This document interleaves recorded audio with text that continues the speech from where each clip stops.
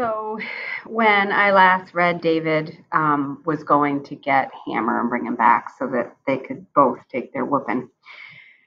And he was saying he's not going. He's not going to go and take any whipping. Halton looked at me, looked at Hammer, and his sunny face took on a downward set. Hammer, now you listen to me, boy. You think you can lay me out the way you done Charlie Sims? Hammer's eyes narrowed as he turned to Halton. Why'd I want to lay you out? Because that's what you're going to have to do. You don't get up from that stump and go on back to the house and get this thing over with. Because you don't, I'm going to knock you out and take you back. Hammer crossed his arms. Then, Halton, you're going to have to knock me out because I ain't going. I ain't taking no licking in front of the likes of Charlie Sims. Boy, use your head, I said.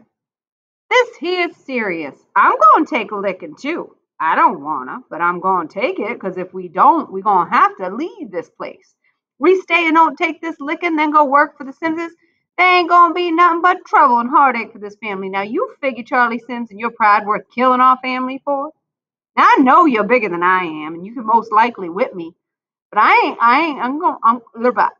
I'm gonna try to whip you myself to make you get up off there. Come on back. Hammer just sat there. I balled up my fist. Well, for the first time, Hammer smiled. Boy, pick up that truck. Pick up that crutch, he said. Then he glanced at Halton and got up. I take this whip and I ain't going to cry for him. Halton and I both laughed. What you mean you ain't going to cry for him, you little scound, said Halton. He hooked his arm around the back of Hammer's neck. You little hard-headed scound. You never do cry. Come on, I said, and got my crutch. Let's get this over with. When we got back to the house, Mama, the sheriff, old man McAllister Sims, Charlie, and Ed Rose were there waiting by the well. Mr. Clinton Melbourne was there too, filling his water barrels. Hammer, Mama said, go bring the strap. Hammer, he looked at Mama. Eyes ain't changed, turned and went to the barn, brought back the whipping strap. He handed it to Mama, and Mama gave him a nod. Get them shirts off, she ordered. We done as she said. Mama lifted the strap. It was then Ma Rachel came storming from the house. Aunt Callie was right behind her, trying to grab a hold of her. Don't you whip them boys, Caroline, Ma Rachel cried. Don't you do it. Don't you whip them. Mama, her voice cold as December water, turned to Aunt Callie. Callie, you and Halton, y'all get Ma back in the house. Y'all get her back in there now. Don't let her come back out here. Both Aunt Callie and Halton took hold of Ma Rachel and turned her toward the house. But Ma Rachel ain't stopped raving. Lord have mercy. White folks on our land, they's making you whip these boys just like they done whipped my mama on our own land. Don't you do it, girl. We's free now. Don't you do it. You hear me? Don't do it. Nobody said a word. Not the sheriff, not the Simses. Everybody knew about Ma Rachel. Or thought they knew. Mama waited. She waited until Halton and Aunt Callie got Ma Rachel back in the house. Waited until the door closed, waited until Ma's screams grew faint. Then she lifted the strap once more and laid into Hammer and me. Mama whipped us before, but never like this. The strap tore into our legs, ripped into our backsides, cut across our backs, and Hammer and I just stood there and took it. The sheriff looked on solemnly. Old man McAllister watched, face unchanging, mean-looking as always. Charlie and Ed Rose watched, grinning. Mr. Melbourne turned away like he was embarrassed to be a witness to it. Through it all, Hammer and me, we ain't protested not one bit. We just stood there taking that whipping. Of course, Hammer didn't cry. No one expected him to. Hammer never cried, but I didn't cry either. The tears came, but I didn't let them fall, not in front of the Simses. Finally, Mama stopped. That's all, she said. I ain't whipping him no more. The sheriff nodded and looked at the Simses. Old man Sims cut us a mean look, then got on his wagon. It was over. Them boys, I expect 'em on my place working my fields come daybreak. Mama nodded. I'll bring 'em myself. With that, old man McAllister Sims, Ed Rose, and Charlie Sims rolled away with a load of our water in their wagon. The sheriff mounted his stallion and rode away with Mama's pan of molasses bread hanging from the saddle. Mr. Melbourne, without a word, left too with his own barrels of water. Mama dropped the strap, looked at Hammer and me, and ran to the house. She was crying. "They gonna pay for that," said Hammer, and I knew he was talking about Mama's hurt. "You better leave it alone," I warned. "They gonna pay." Before I could say anything more, Aunt Callie came to the door and called for Hammer and me to come inside. "I got some salve for them welts," she said. "Best let me put it on." Hammer and me, we were too spent to argue, so we gone on down to the house. And those bruises on my back, my legs, my bottom were hurting, paining so bad they slowed me down. Hammer walked slow too. I looked at him, but he ain't looked back. Just the same, I knew he had to be hurting just as bad as I was. When we got inside the house, first voice we heard was Ma Rachel's. "She ought not have done it," she cried. "Caroline ought not have done it." "She ain't had no choice, Ma Rachel," I said. "Ma ain't had no choice. She done what she had to do," said Hammer. "We ain't holding it against her." Ma Rachel shook her head, then slumped in her rocking chair. "They just takes everything. They takes everything. Come up here getting our water. They takes the water and they don't think nothing about it. Takes it and treat us like we ain't got no feelings, like we don't hurt none. They takes the water just like they took my name." I sat down beside Ma Rachel and listened even though I heard these words all before. "They done took my name," she said. "Wouldn't let me have it 'cause the mistress up at the plantation done had her baby around the same time I was born, and she wanted to call that child of hers Rachel. My mama, she done already give me my name, but the mistress, she said I couldn't keep it. And she said she ain't wanting no Negroes on her place carrying the same name as her child. My mama said they told her she better name me Pansy or Daisy or something after some flower. And so that's what the white folks called me, Pansy. But my mama, she ain't never called me that. She called me daughter front of other folks hearing, called me Rachel when it was just us. Rest of my family, they just called me sister. And that's it. Just that, sister. Mama said she better not ever hear them call me no Pansy, 'cause I wasn't no Pansy. My name was Rachel. Then there come the time the mistress, she done heard my mama call me by my name Rachel. And she done told my mama to call me Pansy, but mama said, nah, she wasn't going to call me no Pansy. She said my name was Rachel. So then the mistress, she got so mad, and she done had my mama's arms tied to a post and done whipped my mama. Whipped my mama right in front of me, 'cause my mama, she ain't give up my name. And that old mistress, she said, "What's her name? What's her name?" And my mama said, "Rachel." And then that old mistress, she done whipped our mama some more. "What's her name?" she said. "What's her name?" Mama said Rachel again. And that old mistress kept on whipping on mama. Then she told mama she was going to bring me over and whip me. She don't say what my name is.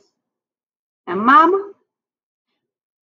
done give in. She done give in 'cause she ain't wanted that old mistress to be whipping on me. Ma Rachel, she gave a great sigh and went on. "Well, when that old she-mistress asked her again what my name was, my mama, she done said Pansy. My mama, she took the whipping that day, but she ain't never give up my name. She done kept on calling me daughter in front of other folks, but at night, when she tucked me in, when nobody but me and her and God could hear, she called me Rachel, 'cause that's my name. She said never to forget it. That's my name, Rachel. But them white folks, they done tried to take it from me. They done whipped my mama, and I still got my name, Rachel. I still got my name." She still had it all right. So did 3 of my cousins. We were passing it on.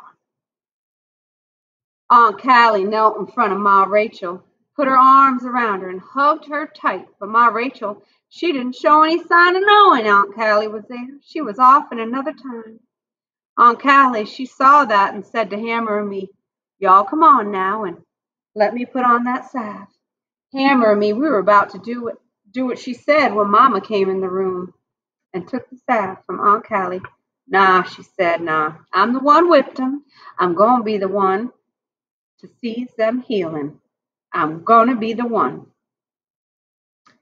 The next morning, long before dawn, Hammer and me, Mama, Ma Rachel, and Halton too were up. We did our morning chores, ate our breakfast, and said our morning prayers. We were going to get through today. Mama promised us we were going to get through every day until this thing passed. There wasn't going to be any temporizing, she said, looking straight at Hammer. There wasn't going to be no more trouble, not over the likes of Charlie Sims. It was over, she said. I nodded. Hammer didn't. It wasn't fair what we had to do, work in the Simpsons' place, their fields from dawn break to dusk set, then go home and do what work we could at our own place until near midnight, sleep a little bit, then start the routine all over again. It wasn't fair what we had to do because Hammer hit a white boy. It wasn't fair because we knew if Charlie had hit me or Hammer, none of this would have been. There would have been no sheriff calling, no whipping demanded, and certainly no work time. It wasn't fair, but that was just the way it was back then. That was just the way it was between black and white. Hammer couldn't forget the humiliation of being whipped in front of Charlie and Ed Rose and their daddy.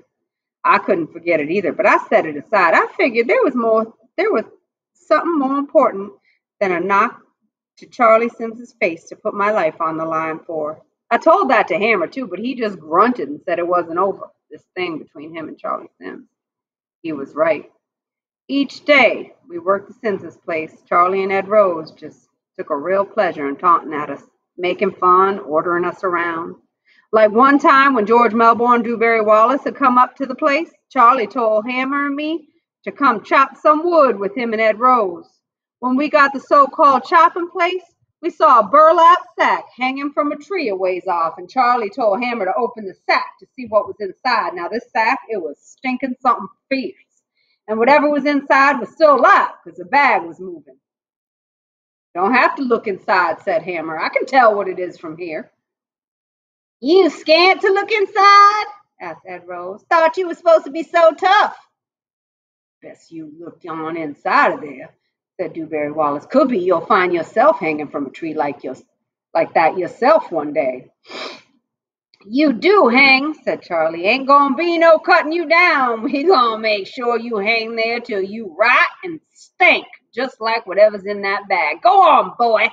That's an order. Cut the sack down, open it up, and let's see what we got. I take my orders from your daddy. Hammer turned to go. You take them from us, or we'll see that our daddy, not your mama, whip you. It ain't nothing, Hammer, but a sack, I said, trying to lend him some reason. Come on, I'll go with you. Hammer's look stopped me. I'll get it my own self. He went over to the tree, unknotted the rope that held the sack, and let it fall. Then he opened the sack and looked in. He turned his face away. The white boys laughed, all except George Melbourne. Go on, take it out, called Charlie. Yeah, go on, put your hand right on in there and take it out, taunted Ed Rose. Hammer looked cold-eyed at Charlie, then looked into the sack, and to my surprise, he reached inside. He pulled out a skunk. The white boys howled with laughter, all except George Melbourne. Now, how'd you like to find that floating in that fine well of y'all's? Laughed Ed Rose. Hammer walked slowly towards him, holding the skunk by its neck. Don't bring that over here, cried Charlie. Go find yourself a place to get rid of it. I already know where to get rid of it, said Hammer, and tossed the skunk right at Charlie's face. Charlie reached up to ward the skunk off, but it was right then the skunk let go a powerful stream of stink all over Charlie. Dewberry Wallace and Ed Rose, standing close to Charlie, got some of it too. All three cursed, but for the moment they were too overcome with stink to do anything. So Hammer just turned and started away with me at his side. George Melbourne started away too, headed back towards his place. You part of this? Asked Hammer. George Melbourne's a white boy too, but he's different. Almost like Jeremy Sims. George looked back at the Simses and Dewberry Wallace. They was out of hearing range and too caught up in their own stink, even if they could hear his words. I ain't put that skunk in there, that's what you asking. But you knowed it was there. Look, said George, maybe some things they do I wouldn't. Don't you go putting me in this thing between you and them. I can't be taking sides with y'all. Yeah, said Hammer, yeah, just be thinking on that next time your daddy need to come up for some of our water. Hammer went on through the woods, and I followed as fast as I could. I could feel George Melbourne's eyes on us. When we got back up towards the Simms' house, Charlie and Ed Rose and Dewberry Wallace came running after us, but old man McAllister Simms, he came out and smelled their stink. Y'all get all away from here and get that stink off, he yelled before they could lay a hand on us. But Pa, said Charlie, them little N-words, I ain't wanting to hear it, cried old man McAllister Simms. Y'all boys can't keep a skunk stink off you, while two N-words can. Best not come crying to me. Now y'all get that stank on away from here. You, N-words, y'all come on to the fields. There's work to do. Old man McAllister Simms, he turned and stomped off. Hammer and I looked at each other and followed. I was thinking it was kind of funny that old man McAllister Simms had actually saved us from getting a beating that day, but I ain't laughed, neither did Hammer. Hammer had turned the tables on Charlie and Ed Rose, but neither one of us took any rejoicing in it. Next day, out of sight, old man McAllister Simms, Charlie and Ed Rose and Dewberry caught up with. Next day, out of sight of old man McAllister Simms, Charlie and Ed Rose and Dewberry caught up with Hammer alone, and they beat him. They beat him bad. Old man McAllister ain't said a word about it when he saw Hammer all bloodied up. He ain't said a word. He just told Hammer to get back to work. All that putting up with the Simmses wasn't easy to take, but I took it. My biggest trouble was trying to make sure Hammer took it too. Fact of the matter, he did pretty well for a while, but then Charlie and Ed Rose, they began to pick on Joe. Now, Joe McAllister worked at the Simmses' place most days. They ain't paid him much. They couldn't afford to pay him much, but Joe, he done whatever they said. There was some talk that Joe was somehow kin to the Simmses. So Joe, remember, he's a black man, but he's somehow related. Kin means family to the Simmses. It was said that old man McAllister Simms, given name, come from his mama's family name of McAllister. It was said, too, one of them McAllisters was Joe's granddaddy. Anyways, whatever the truth of the matter was, Joe was always up at the Simmses. And old man McAllister, he put up with him. Charlie and Ed Rose, though, they always making fun of Joe. He just thought they were being friendly. Hey, Joe, said Charlie one late afternoon, you know the Reverend Jones expecting you to open up the church for a service about sunset. Tonight? Asked Joe. Ain't nobody said nothing about no service tonight. Well, that's 'cause it came on sudden like, said Charlie. Seems there's a bunch of sinners done seen the light and they want to join the church. Reverend said he's calling a special church meeting. He said there was no need to ring the bell. Not ring the bell? Asked Joe, and he was sounding mighty disappointed. Joe loved ringing the bell. Why not? I always rings the bell. Well, I don't really know, Joe, said Charlie. Maybe the Reverend's afraid it might scare them sinners off. Anyways, don't you fret about it. Just be sure not to ring it. You go on now, light up the church, and you wait there till him and the sinners and the church members show up. Said he counting on you now. Can you do it? Yes, sir, Mr. Charlie. Oh, Joe, he'll be right there. The pastor know he can count on me. Of course he do, said Ed Rose. Wait, Joe, said Hammer. Don't you see they're fooling you? They don't want you ringing the bell because folks would actually come if you did. There's no church meeting. You calling me a liar? Said Charlie. Hammer ain't said nothing, and Ed Rose demanded. Besides, this your business? I'll make it my business, said Hammer. And get yourself, Whip. Let 'em be, said Hammer. Hammer, I warned. Leave it alone. Joe, what you still doing standing up there? Asked Charlie. Don't you let these two smart-talking boys get you in trouble. Now you go on and tend to your business. Joe did as he was told, and we watched him go, knowing it was most likely one of Charlie and Ed Rose's tricks. But there was little we could do to stop it. Joe was free to go. We weren't. We worked on, and about sunset, when we were getting ready to start for home, a wagon pulled up at Simms's place. It was our wagon, and Papa was driving. We were two happy boys, Hammer and me.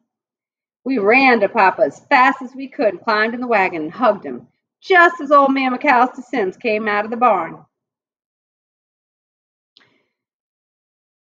Old man McAllister Simms squinted at Papa as if he didn't know who we were hugging. Then he hesitated. After all, Papa looked a lot like a white man. He was small, built, had straight brown hair, fearsome kind of mustache, and cream-colored skin. He was colored, but he passed for white. That was because Papa's daddy was a white man. Finally, old man McAllister, he was sure enough of who it was, and he gave a grunt. Paul Edward, he said, ain't knowed you was back. Heard you was supposed to be lumbering. Papa gave a nod. Just got back. Come to get my boys. Old man McAllister Sims grunted again.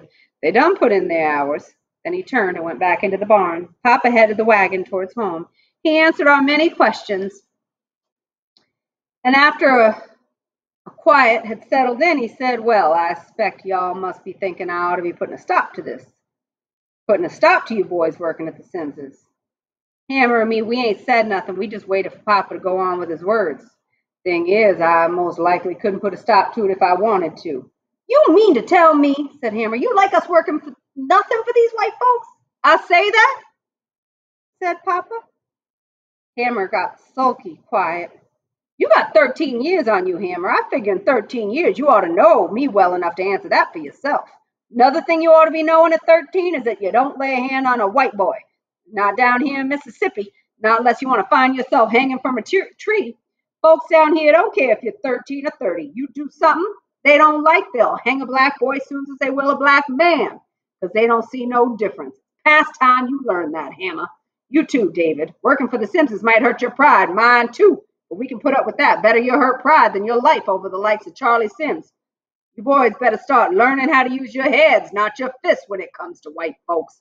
You learn to outsmart them, because in the end, you can't outfight them, not with your fists. They got the power, we got our heads. Y'all understand what I'm saying? Well, I could see it. I ain't like it, but I could see it. And I said so. Hammer, he ain't said nothing. Papa gave him a look and waited, I suppose, for Hammer to speak. The Hammer just sat there. Then Papa said, y'all know my daddy was a white man. My sister and me, we were born slaves to him. That's right, he owned us, just like you own a dog. We were slaves because our mama was a slave and he owned her. Now, I ain't saying he ain't loved us, because I believe he did. I was just a baby when the war come, and that was supposed to set us free, but there wasn't no difference between the way my papa treated us before or after the war. He set up a house for us, and he come and spent time with us every day. And everybody knew we was his colored family. He seen to it that my sister and me, we got book learning, got right smart looking clothes, got whatever he figured we needed. Of course, now for all that caring he done, he ain't never let me forget I was a colored boy. There came a time he whooped me into not forgetting it.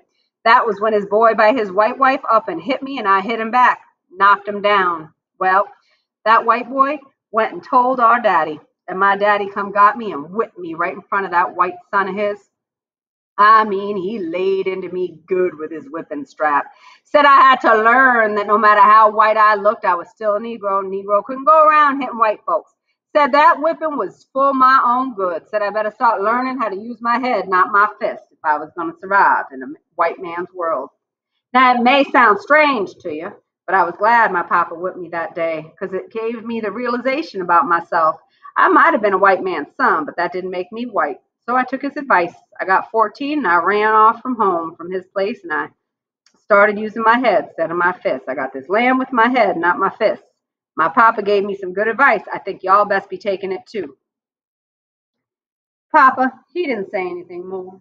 Hammer and me, we didn't say anything either. But I was thinking hard on what Papa said. I was hoping Hammer was too. If he wasn't giving any indication of it when he spoke again. Papa, he said, you mind if we turn this wagon around and go over to the church? The church? What for? Asked Papa. We told him what Charlie and Ed Rose had told Joe. We don't figure there to be a meeting, said Hammer. We figure they're just funning with Joe. I said. All right, Papa said, and he turned the wagon back towards the church road. Long before we reached the church, we saw lantern lights. Joe had lit them all, and we could see them shining as we made our way through the forest. As we drew nearer to the church, we could hear Joe singing, his voice ringing loud and clear. Then we saw Charlie and Ed Rose and Dewberry Wallace. All three were peeking in through the church window and sniggering. They turned when they heard the wagon. What y'all doing here? Asked Charlie as we got close. Surprise was all across his face. Didn't expect us to show up, did you? Asked Hammer. Papa gave Hammer a shut your mouth look. Hammer and I got down too. We come to the church for a meeting, said Papa. There ain't no meeting, said Charlie. Just that addle-headed fool in there holding a sermon. Then I suppose the other folks must have forgot, said Papa. Best we go on in, boys, he said to us. We are already late. Charlie, Ed Rose, and Dewberry stared at us in pale silence. Papa had taken the fun out of their joke on Joe. As Papa opened the door to the church, they turned and walked away. Y'all late, exclaimed Joe as soon as we entered. He was standing at the altar, the big Bible on top of it, open, even though he couldn't read. Papa took off his hat. I expect we are, he said. I've been waiting and waiting for folks to come, but they ain't come, so I done said the prayer and gave the sermon my own self. Don't expect, though, I can dismiss till after all the folks and the reverend come. Papa, hat in hand, walked up the aisle toward Joe. Don't think you have to worry about that, Joe, he said. Seems the reverend called off the meeting. You sure, pal Edward?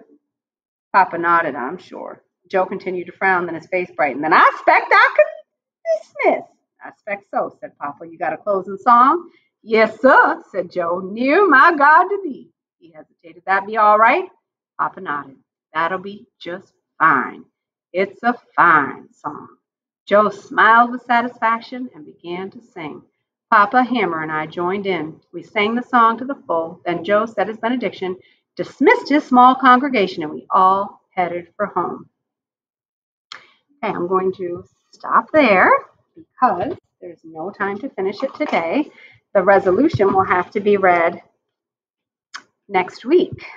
So on that note, we have another day of reading.